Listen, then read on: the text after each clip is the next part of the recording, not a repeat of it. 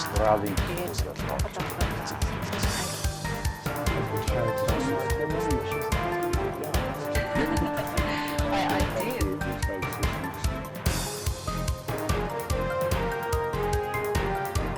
Welcome.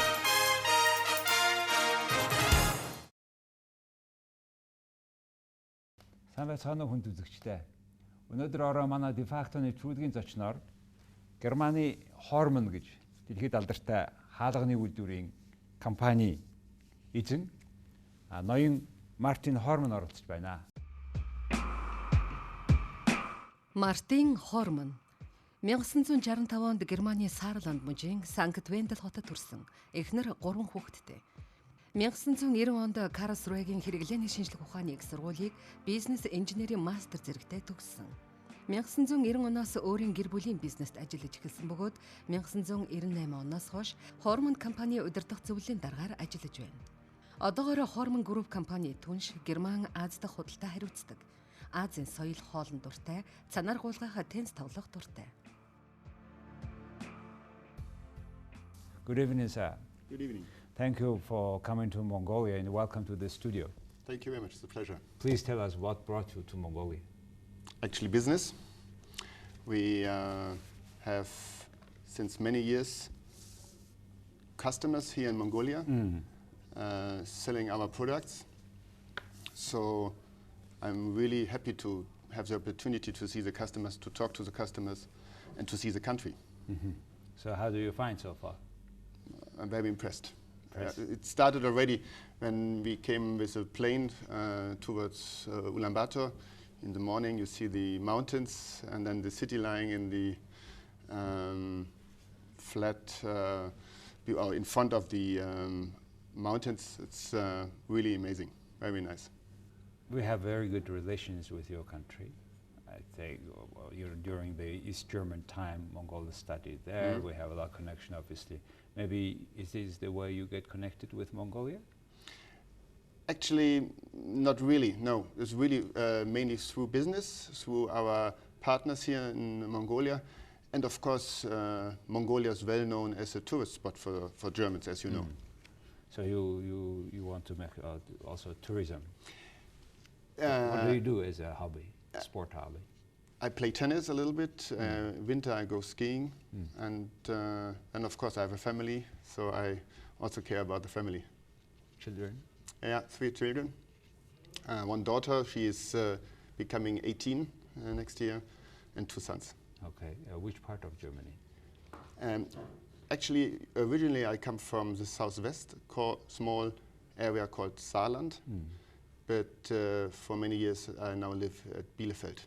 It's northwest of Germany. And it's your also grandfathers who have founded a business also from that area? Yes, that's correct. What was the reason they have started exactly this business? Please tell us about your business a bit.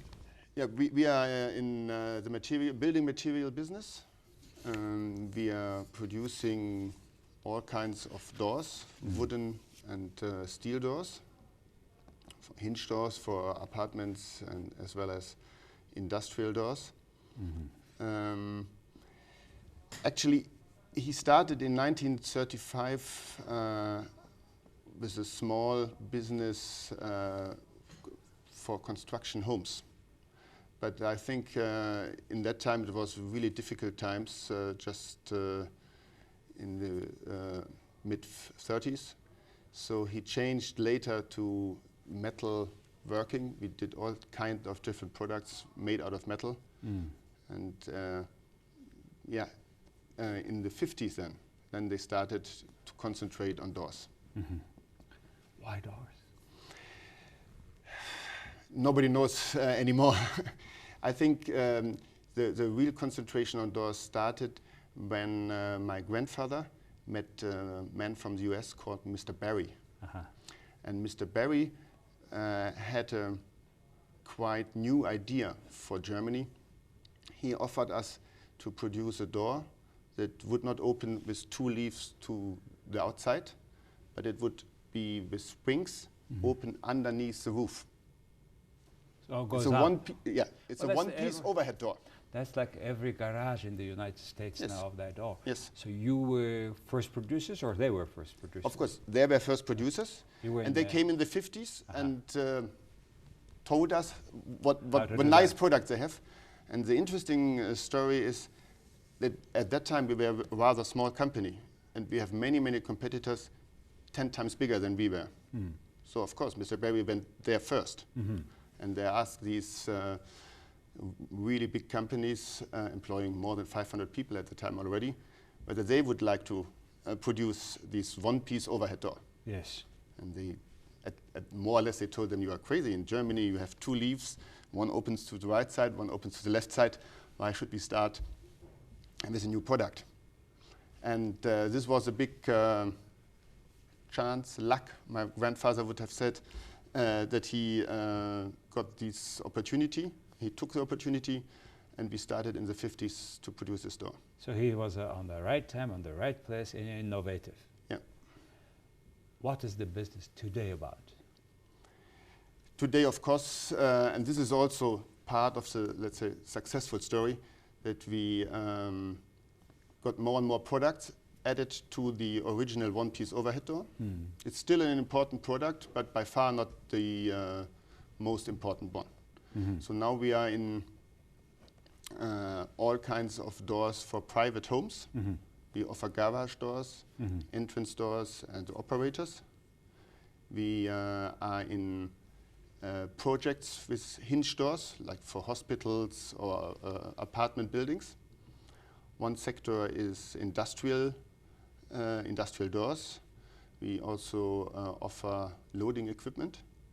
And the fourth sector is also getting more and more important, of course, is the service. We have a 24-hour service, at least in Germany. Yes. Well, that's the necessity of being a global company like yours. In how many countries you have a production and services? Production is mainly in Europe, and in Europe mainly in Germany, of course. But we also do produce our products in the Netherlands, Switzerland, Poland, Austria, the UK and France. But also in the US, we have two factories located in the US, one in India and two in China. So through these productions, you service many countries. How many countries you reach? More or less all the countries, every country, every single country. Like in Mongolia, we have two partners. They are helping us reaching, let's say, smaller countries. But we have our own sales organization in more than 30 countries with around about 80 branch offices. From there, we distribute the products. So just very interesting, from being a family business, still family business. Yes. It's not listed. No. So your family holders own it. Yeah, we have my father, my brother, and myself. We are owning 100%. So 3 shareholders. Yeah. Okay. But 3 separate shareholders. Yes. Okay. And just it's very interesting in Mongolia because now we have 20 years of free market mechanism here, and the companies who have started 20 years ago, like maybe your partner here, now they are finally coming to this certain level where they have to make certain decisions to manage their growth rate, growth curve, and still many companies have gone through that, through IPO, etc. But your company, when staying a private company, and still worldwide, so it's called transnational corporations. And what makes this successful existence of your company, very successful growth to every country? What do you think? As an owner, as a person who is running? Actually, it's a very difficult question because it's not easy for us to explain why we grow so, let's say, fast on this matter and are so national right now. I think the main point is that family businesses usually think in long terms. They don't have to fulfill quarterly figures. They really think in long terms.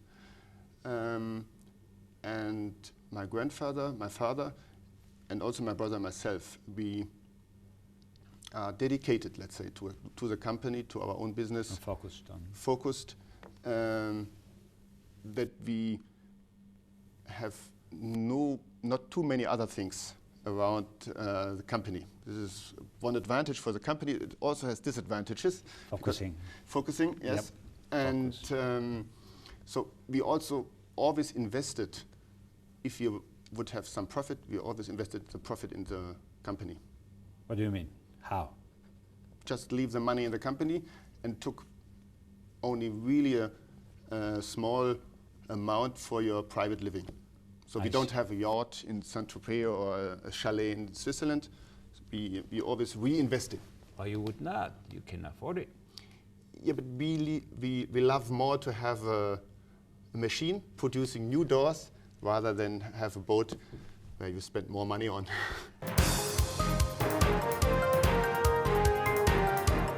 Welcome. How many people do you employ? We have more than 6,000. 6,000 Germans mostly, right? All around the world. Oh, yeah. Okay, 6,000 people. And yet to keep it, I mean, with the extension of businesses, you need usually investment. You either borrow money from the bank or capital. No, in the past, we also try to keep this in the future. We only spend the money we have in our hands. We more or less never ask a bank to finance. And this is, at least in our business and in that time when we started, it was possible. Maybe today, if you start your business, you have to be more aggressive. Maybe it depends on the market. But we were lucky. We could grow in a speed and a pace that we could only, that there was no need to have banks involved. So you have not borrowing from the bank, you use own money, you invest majority back into the business, right? So you have established Hörmann, the brand, that is recognized, I mean, all around, even in Mongolia nowadays a lot. Then with the services after, probably, what you would tell us about services after the sales? I think more important is the service before sales. Okay. That you have the right product, that you sell the product the customer needs. And then if you have a certain quality, the right quality for the market, then the after sale is not so important anymore. And of course, it also happens that customers need after sales service. And then you have to have either your own tight network, or you should have, like we have in Mongolia, partners who are able to serve in respect of service also in the country. You know, Doris looks like very ordinary brick and mortar business looks like, but however, the sophistication, industry requirement, environmental requirement altogether, are there any stronger pressure? Actually, in Europe, mainly in Germany, this was a discussion for many years that we should protect the environment. You know, Germany also signed the Kyoto Protocol. Yes. And therefore, on the building industry is extreme pressure in saving energy in Germany. And this might be also one of our in our favor here in Mongolia, because your temperatures, for instance, are by far. It is not only requirement; it's, I think, conditions to survive. Yeah. Okay. Yeah. So our products also in one kind to the market. All right. So you are doing market research and fitting the product into the needs. Market research, and yes, and of course we listen to the customers, and the customer will tell us. What makes then this saving energy, your doors? Excuse me? What particular things or drivers that keep moving in that directions? First of all, we offer products with so-called thermal break, so that the both inside and outside construction of the product is not connected via a metal, for instance. I see. It's special plastic chambers that will create a thermal break. No metals inside? Not really, no. Okay. And then we use polyurethane foam to enhance the... where the door and the wall is connected. This is... usually we would expect that the wall outside is insulated, like I have seen in Ulaanbaatar many times. And then our frame that is connected to the wall, to the outside wall, will have the thermal break, so that the heat, or in winter the cold, can't travel inside. Please tell us about the standards that you are famous for, not only your company, many products in Germany. That probably the superior standards and meeting the standards quality make one of those superior quality. What is that for you? Not only law, of course. No, but we are really used to standards. And as the government in the past, European government in the past,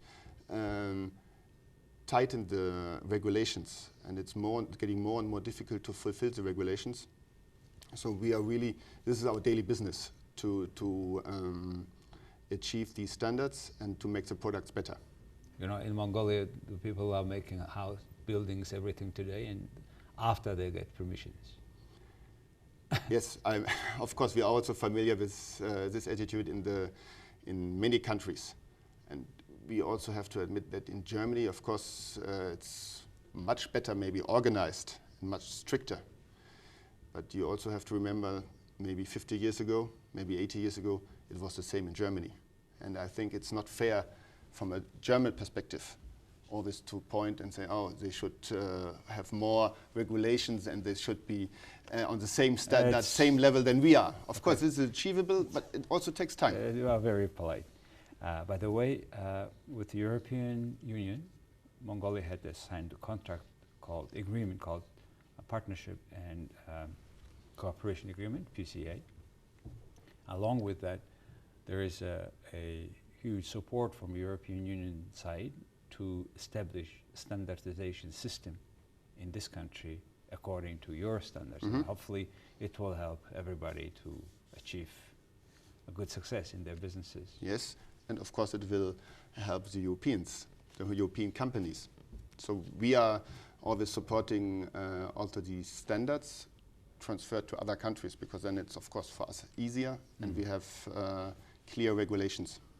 So now let's talk a little bit about you. What school you have done, please tell us. Yeah, just normal college, and then later I graduated as business engineering. I studied business engineering, so I'm a business engineer. You spend every day in the office, or how do you? What's your daily routine? You travel or what? I travel quite a lot, mainly Asia, but also within Europe. And if I'm in the office, I would guess at least 50% of my time. Then I have meetings. I have to do my answer my emails, just normal routine. And then beside that, of course, we try to implement one or the other idea we have got during traveling. Sure. What cars do you drive? Myself? It's a difficult question. Why? Actually, no, 2 or 3. So usually I would say I use a Porsche 911. But I also have one favorite mark of cars. You wouldn't know, it's called Bristol. Wow, what is that? Very unknown British car maker. It got bankrupt a few years ago. What happened? Because the car was so poor, really, and very nice quality. But the car itself is very special, let's put it this way. Are you still running? Yeah. Should we at the range of the Bentley, that type of? Yes, but the engineering is going back to the 60s. Wow. So no real air conditioning, no ABS. Not FM. So you run that, and what is the third car? It's another Porsche. Another Porsche, okay. You have a personal aircraft, plane, jet? The company, we have a company next to jet, yes. What is that jet? It's Citations, CJ3. And a rather small one. Well, you should have it, because otherwise you cannot go. Yeah, it's very uncommon in Germany, let's say. Usually only bigger companies use company airplane, but as we have 26 factories, in rather remote areas, so we use really cost efficient. Yeah, it's really. Plus, you are 2 meters tall, so it should not be easy for aircraft. No. This is not a problem. All right, and you want your children to step after you? Yes, of course, I would like to, but to see the children in the company. But I was never forced myself, neither my brother, so we just leave it open. If they are interested, then of course they are highly welcome. And of course, if they are studying towards the business, if they would study medicine, I think then they are not qualified to run a company like we have now. Your brother has the children as well? Yeah. And he has 4 and I have 3, so we have enough to choose from. Somebody will come. Yeah, for the next generation. Okay. No problem. What would be the most important, say, character you would tell your children in case they will follow? I mean, not only a good person, but they follow your business. They will take over your business, go on one day. What would be number 1, number 2 advice you would give that day, that when you ask your child to take over, you're that grown-up person?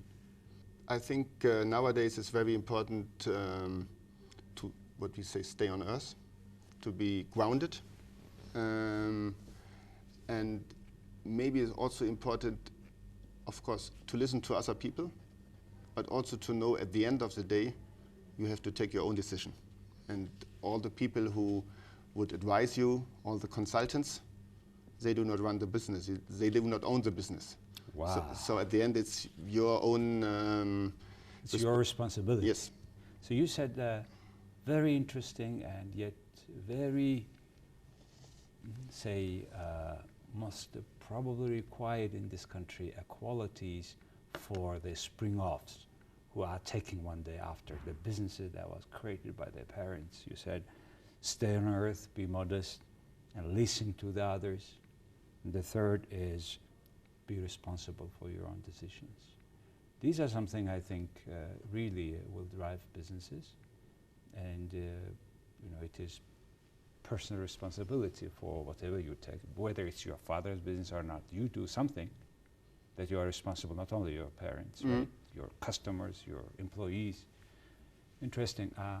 In Germany, there is, I was told there are 2 types of limited liability of companies. Please tell us about that, because we have here just one type.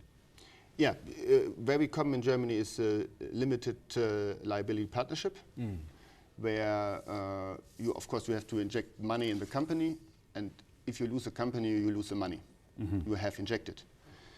And there is a second type, this type we have chosen for our company. It's called KG, Kommanditgesellschaft.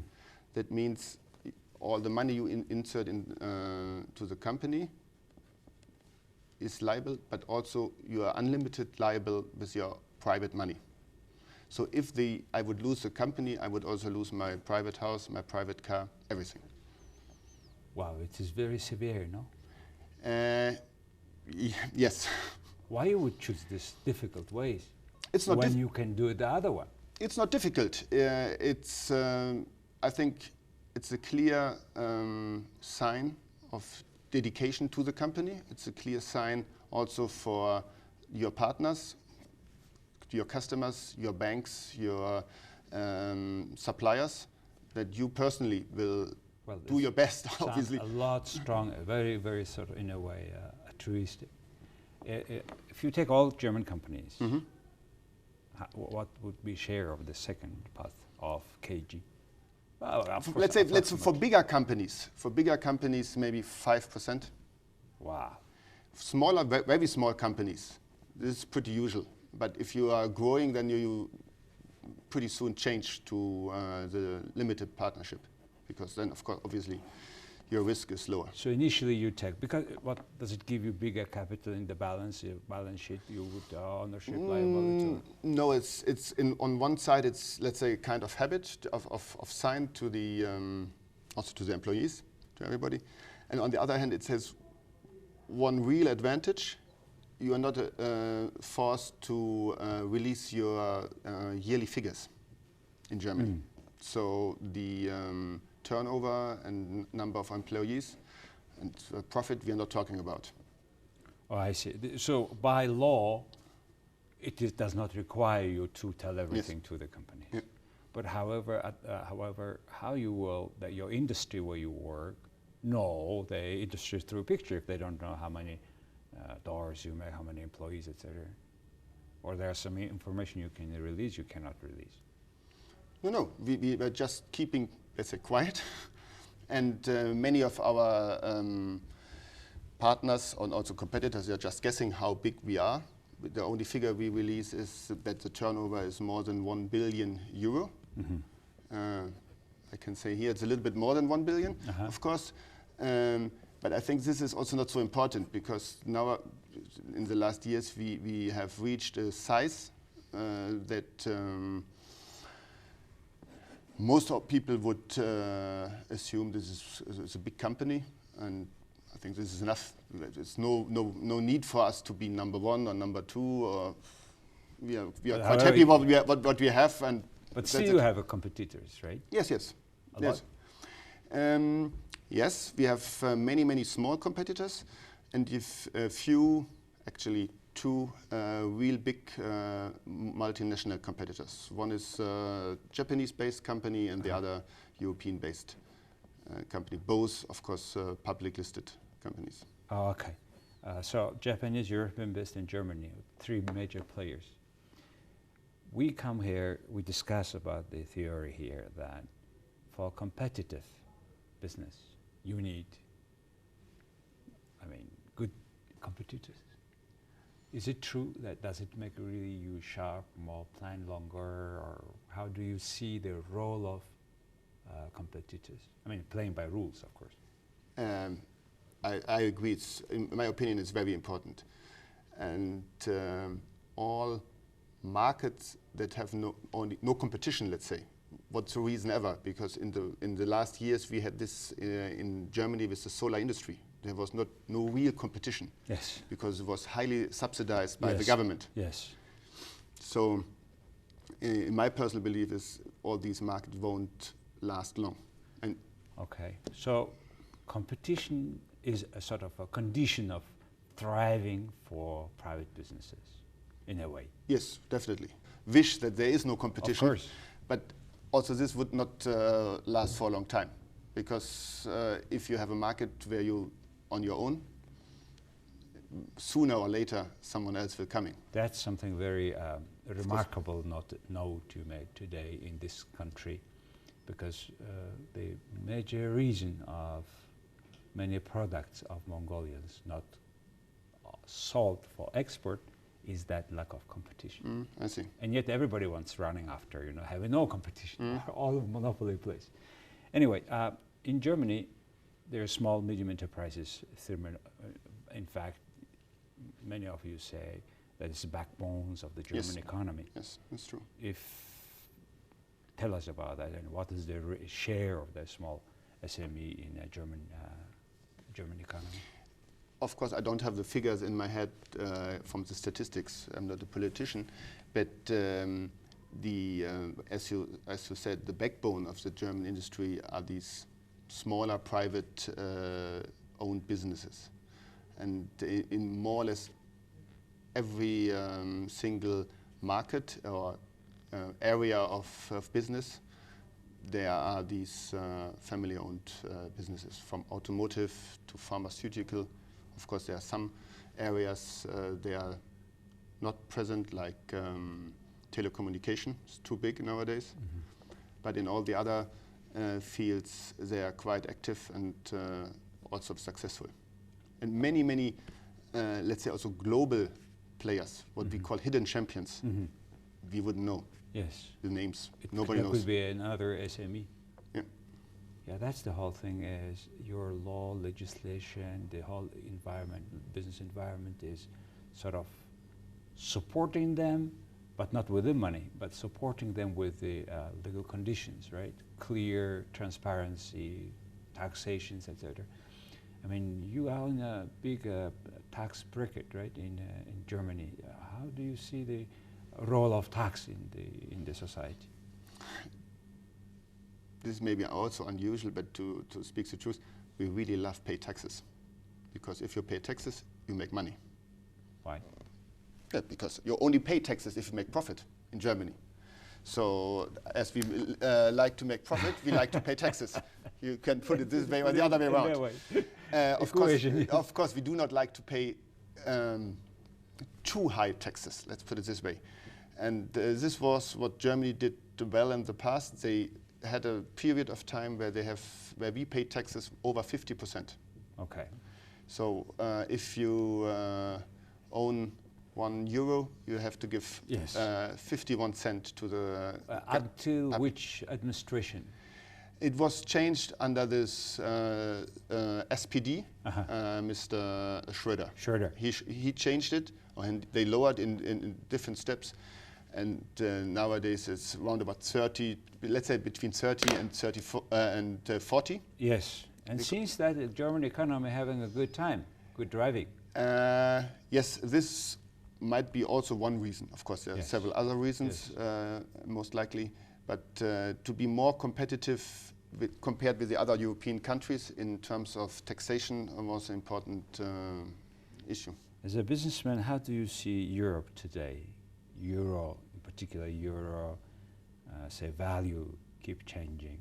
How do you see this European Union and Euro? The Euro, the currency? Yes. Of course, we are in a difficult situation, as you know, but for us Germans, the Euro and the European community is the only choice, in my opinion. Only way. Why? Actually, the first is, of course, the economical reasons, because we really profit. We take profit out of this European community. Bigger market? Bigger market, clearer rules. I personally remember many Mondays when we came in the office and said, oh, Italy again, devalued the lira. We lost again this much money.